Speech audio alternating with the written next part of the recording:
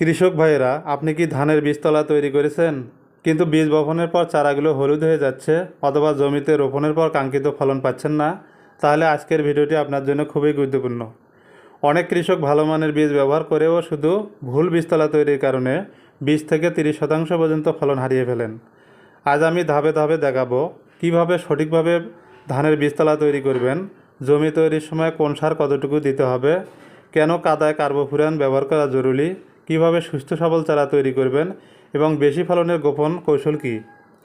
তাই ভিডিওটি কেটে কেটে না দেখে পুরো ভিডিওটি শেষ পর্যন্ত দেখবেন।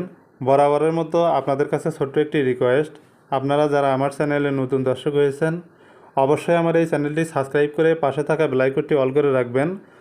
যখনই কোনো আমি নতুন কৃষি বিষয়ক ভিডিও আপলোড দেব আপনারা সঙ্গে সঙ্গে পেয়ে যাবেন। আর যারা অলরেডি আমার এই চ্যানেলটি সাবস্ক্রাইব করেছেন তাদেরকে অসংখ্য ধন্যবাদ। চলুন আর কথা না বাড়িয়ে মূল আলোচনা শুরু করি। বীজতলা তৈরির জন্য জমি নির্বাচন। বীজতলা এমন স্থানে তৈরি করতে হবে যেখানে পানি নিষ্কাশনের ভালো ব্যবস্থা থাকবে। উঁচু বা মাঝারি উঁচু জমি নির্বাচন করলে অতিবৃষ্টিতে চারা নষ্ট হওয়ার আশঙ্কা কম থাকে। জমিতে পর্যাপ্ত রোদ বাতাস আসতে হবে এবং আগাছামুক্ত রাখতে হবে। জমি প্রস্তুত করার নিয়ম: জমি 3 থেকে 4 বার ভালোভাবে চাষ ও মই দিয়ে ঝুরঝুরে মাটি করতে হবে। এরপর জমিতে হালকা কাদা তৈরি করে সমান করে নিতে হবে। জমি প্রস্তুতের সময় কাদায় যে সারগুলো প্রয়োগ করবেন: প্রতি শতক বীজতলায় পচা গোবর বা কম্পোস্ট 20 থেকে 25 কেজি প্রয়োগ করতে হবে। টিএসপি 400 থেকে 500 গ্রাম, এমওপি পটাশ 200 থেকে 250 গ্রাম, জিপসাম 200 গ্রাম, জিঙ্ক সালফেট প্রয়োজনে 50 থেকে 100 গ্রাম প্রয়োগ করতে হবে। এসব সার ভালোভাবে কাদার সঙ্গে মিশিয়ে দিতে হবে। এতে চারা শিকড় শক্তিশালী হয় এবং শুরু থেকে পুষ্টির ঘাটতি হয় না। এবার আসি গুরুত্বপূর্ণ অংশে। কেন কার্বোফুরান আপনার বীজতলায় প্রয়োগ করতে হবে?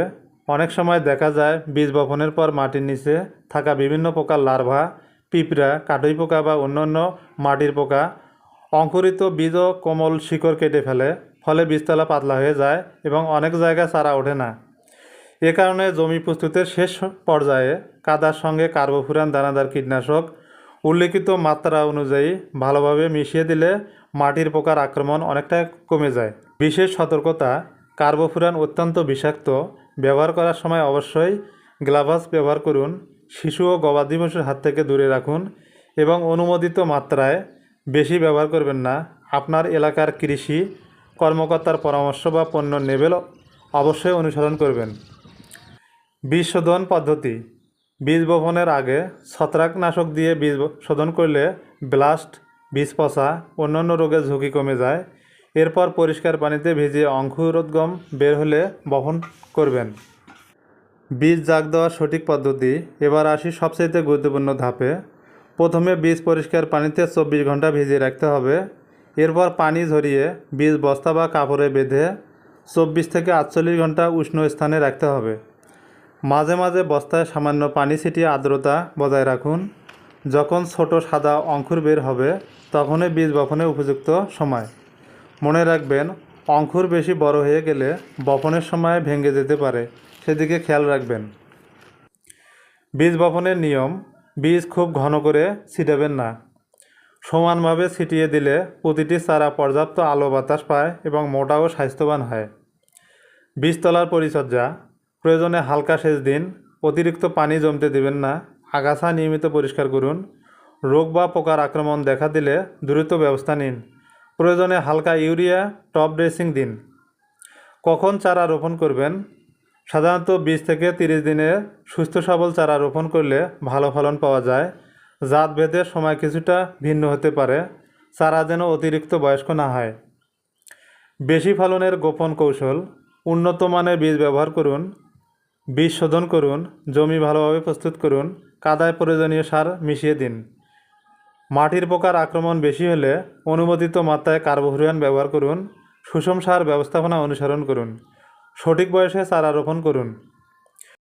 গুরুত্বপূর্ণ পরামর্শ মনে রাখবেন: ভালো বীজ, সঠিক বীজ শোধন, সঠিকভাবে বীজ জাগ দেওয়া, জমি প্রস্তুতের সময় সুষম সার প্রয়োগ করা, কার্বোফুরান দিয়ে মাটির ক্ষতিকর পোকা দমন করা, নিয়মিত পরিচর্যা, এই কয়েকটি বিষয় মেনে চললেই সুস্থ সবল চারা তৈরি হবে এবং ফলনের ভিত্তি শক্ত হবে। প্রিয় কৃষক ভাই ও বোনেরা, ধানের ভালো ফলনের শুরু হয় একটি আদর্শ বীজতলা থেকে। অনেকেই শুধু উন্নত জাতের বীজ কিনে ভালো ফলনের আশা করেন, কিন্তু বীজতলা ঠিকমতো তৈরি না হলে সেই সম্ভাবনা নষ্ট হয়ে যায়। তাই আজকের ভিডিওতে দেখানো প্রতিটি ধাপ, জমি প্রস্তুত, সুষম সার প্রয়োগ, বীজ শোধন, বীজ জাগ দেওয়া, কার্বোফুরান ব্যবহার করা, সতর্কতা এবং সঠিক পরিচর্যা মেনে চলুন। ইনশাল্লাহ আপনার বীজতলা হবে সুস্থ, চারাগুলো হবে সবল, আর ধানের ফলন হবে উল্লেখযোগ্যভাবে ভালো।